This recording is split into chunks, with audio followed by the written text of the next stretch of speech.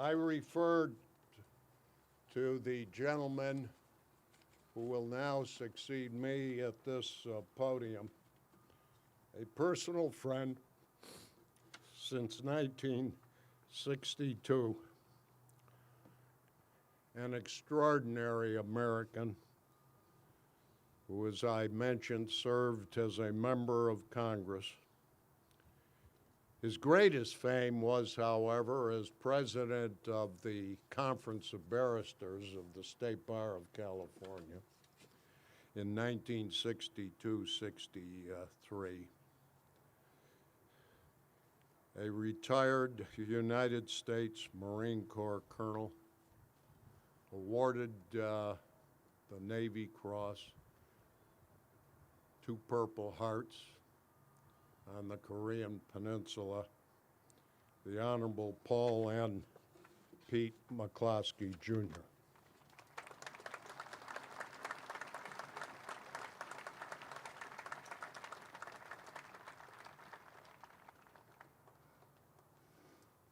I'd like to thank a couple of names you haven't heard. Nancy Bechtel, president of the Presidio Trust. The monument you're going to see shortly there would have been a hotel there, but from Nancy Bechtel.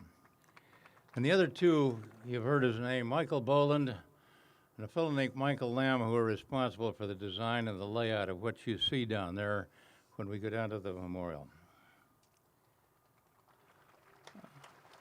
You'll note a certain emphasis on the Marine Corps in this operation. And that's because the man who really initiated this whole effort, John Stevens,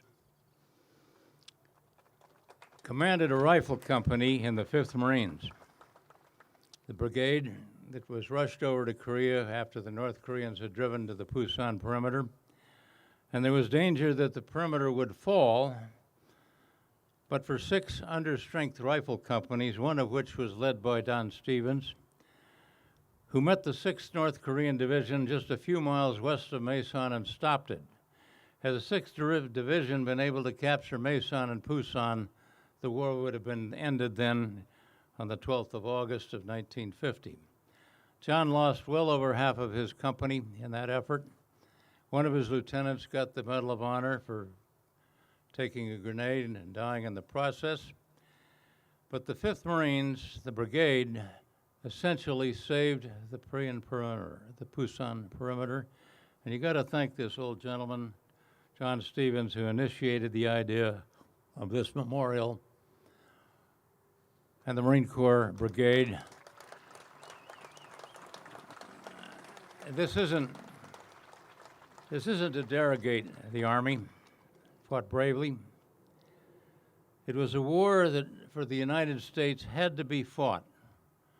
We couldn't afford Korea to be dominated by a communist country pointed like a dagger at the heart of Japan in 1950, when we had just liberated and were trying to make Japan into a democracy. The United States fought under the United Nations principle, which you'll find on that monument, adopted after 2 great wars, and the principle was that no nation should ever again invade another. And as we saw it, as I saw it when I was a young man, 23 years of age, that principle should be upheld, and I was proud to fight in Korea. But for the Koreans, it was not so successful. The greatest of the Korean generals said, you know, after 3 years, we exchanged the 38th parallel for the DMZ, but we drenched the mountains of Korea in blood, and we didn't accomplish much, but we did accomplish 2 things. We preserved the United Nations Charter principle.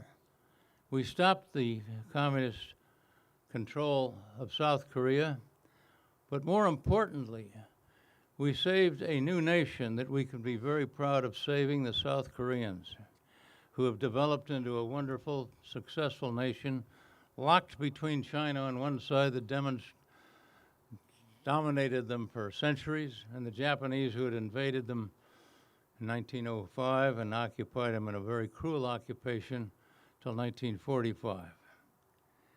And we Americans owe a special debt to the Korean people.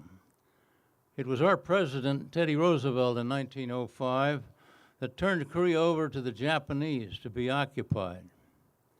It was our leadership in 1945 that divided Korea at the 38th parallel. And some of you will note that the 38th parallel is almost in sight over that bridge. It runs through Marin County. And it was an American Secretary of State who, in January 1950, said our defense perimeter in the Pacific does not include Korea, inviting the North Korean invasion. But think how proud we should be of saving Korea as a free nation and that debt that we Americans owe to the Korean people. We can be awfully proud of what we did for Korea, and they stand as an ally 8,000 miles across the sea in a very dangerous place. So I want to thank the South Koreans for what they've done since 1950. Thank you. But I want to introduce to you, pardon me, Gwen. I want to introduce to you a young woman who at the age of 23 went to South Korea in the Peace Corps to teach Korean children. I've got a grandson in Korea today teaching Korean children. They're going to far outseed our American children in educational success, I'm afraid, in future years. But I wanted to honor that concept of our alliance and our debt to the Korean people. Any 5th Marines here? You guys that were in the brigade saved Korea, so you Koreans present, thank the 5th Regiment and its former commander at one time, General Mike Myatt, sitting down here, who is on the board.